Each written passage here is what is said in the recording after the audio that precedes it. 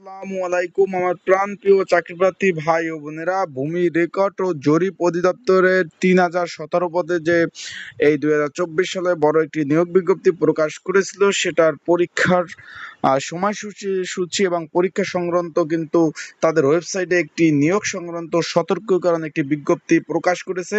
আজকে আমি আপনাদের জানিয়ে দেব যে 5টা পদে যে পরীক্ষা হবার কথা ছিল, যেটা স্থগিত হয়েছে, সেটা কবে হবে এবং পরীক্ষার শীঘ্রই যে পরীক্ষাটা হবে সেটা কবে নাগাদ হতে পারে এবং পড়াশোনা কিভাবে করবেন, সকল বিষয় নিয়ে আজকে এই ভিডিওতে আলোচনা করব। তাই ভিডিওটা আপনারা শুরু থেকে শেষ পর্যন্ত দেখবেন, গুরুত্বপূর্ণ তথ্য সহকারে ভিডিওটা পাবেন। গণপ্রজাতান্ত্রিক বাংলাদেশ সরকার ভূমি রেকর্ড ও জরিপ অধিদপ্তর নবনিয়োগ এবং শৃঙ্খলা শাখা ভূমি ভবন তেজগাঁও, সড়ক নং এত, তারিখ 9/9/2024, নিয়োগ সংক্রান্ত সতর্কীকরণ বিজ্ঞপ্তি। তার আগে বলে দেই, আপনারা যারা আমার ইউটিউব চ্যানেলে নতুন আছেন অবশ্যই আমার ইউটিউব চ্যানেলটা সাবস্ক্রাইব করে রাখবেন। ফেসবুক থেকে ভিডিওটা দেখলে ফলো করবেন, লাইক কমেন্ট শেয়ার করবেন, আপনাদের মূল্যবান মন্তব্য আপনারা অবশ্যই প্রকাশ করবেন। এখন এইখানে আছে, সংশ্লিষ্ট সকলের অবগতির জন্য জানানো যাচ্ছে যে ভূমি রেকর্ড ও জরিপ অধিদপ্তরের আয়ত্তাধীন জেনারেল সেটেলমেন্ট এবং উপজেলা সেটেলমেন্ট অফিস রাজস্ব খাতভুক্ত দ্বিতীয় ধাপের, আমি একটা কথা বলে দিই, প্রথম ধাপে কিন্তু পরীক্ষা হয়ে গেছে 5টি পদে। ভূমি রেকর্ড অধিদপ্তর প্রথম ধাপে কিন্তু পরীক্ষা হয়ে গেছে। এখন দ্বিতীয় ধাপের যে পরীক্ষাগুলো রয়েছে, সেই দ্বিতীয় ধাপের পরীক্ষাগুলো কি কি পরীক্ষা আমি একটু আপনাদের পড়ে একটু শোনাই। এখানে দ্বিতীয় ধাপের পরীক্ষার মধ্যে রয়েছে আপনার ষাটমুদ্রক্ষী কাম কম্পিউটার অপারেটর, ড্রাইভার পদ, নাজির কাম ক্যাশিয়ার পদ, অফিস সহকারী কাম কম্পিউটার মুদ্রক্ষিক এবং রয়েছে বেঞ্চ সহকারী পদের মোট, এখানে কিন্তু দিয়ে দিছে মোট 5টি ক্যাটাগরিতে নিয়োগ বিজ্ঞপ্তি স্থগিত হয়। এই 5টি ক্যাটাগরিতে কিন্তু মোট পরীক্ষার্থী ছিল প্রায় 90,000। এর আগের নোটিশে কিন্তু তারা এটা দিয়ে দিছিল যে প্রায় 90,000 প্রার্থী কিন্তু পরীক্ষার্থী ছিল। 90,000, 1-2টা না, কিন্তু 90,000 প্রার্থী কিন্তু পরীক্ষার্থী ছিল।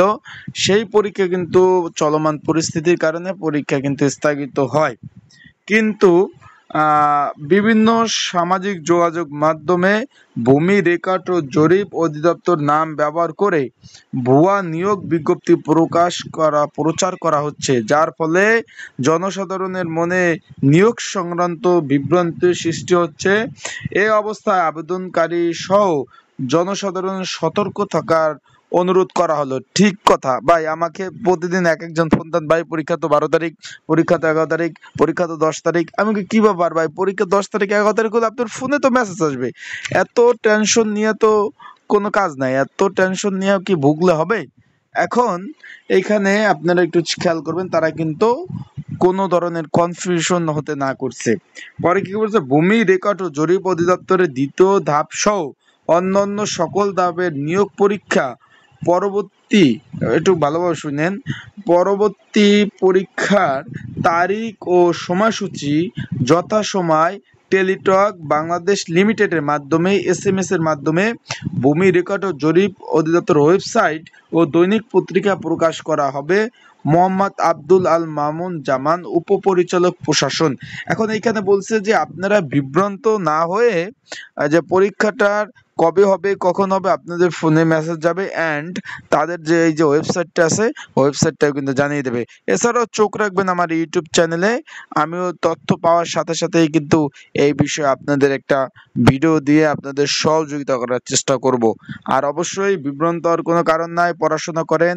আপনাদের যদি সাজেশন প্রয়োজন হয়, এই বিষয় পড়াশোনার জন্য সাজেশন প্রয়োজন হয়, স্ক্রিনের উপর যে হোয়াটসঅ্যাপ নাম্বারটা আছে এই নাম্বারে যোগাযোগ করে আপনারা কমন উপযোগী স্পেশাল সাজেশনটা পেয়ে যাবেন। এটা নিয়ে আপনারা কিন্তু পড়তে পারবেন। আর অবশ্যই খুব শীঘ্রই, খুব অল্প সময়ের মধ্যে পরীক্ষা হবে, যেহেতু দেশের পরিস্থিতি মোটামুটি স্বাভাবিক এবং অন্যান্য দপ্তরের পরীক্ষা অলরেডি হচ্ছে। সেই ক্ষেত্রে আপনারা নির্দ্বিধায় থাকেন, পরীক্ষা খুব শীঘ্রই এবং খুব তাড়াতাড়ি হবে। আপনাদের ফোনে মেসেজ যাবে, সেই মেসেজের কিন্তু প্রেক্ষিতে আপনাদের পরীক্ষা দিতে হবে। আশা করি আপনারা বুঝতে পারছেন। ভিডিওটা ভালো লাগলে অবশ্যই লাইক, কমেন্ট, শেয়ার করেন, সাবস্ক্রাইব করেন। আপনাদের মূল্যবান মন্তব্য আপনারা প্রকাশ করেন।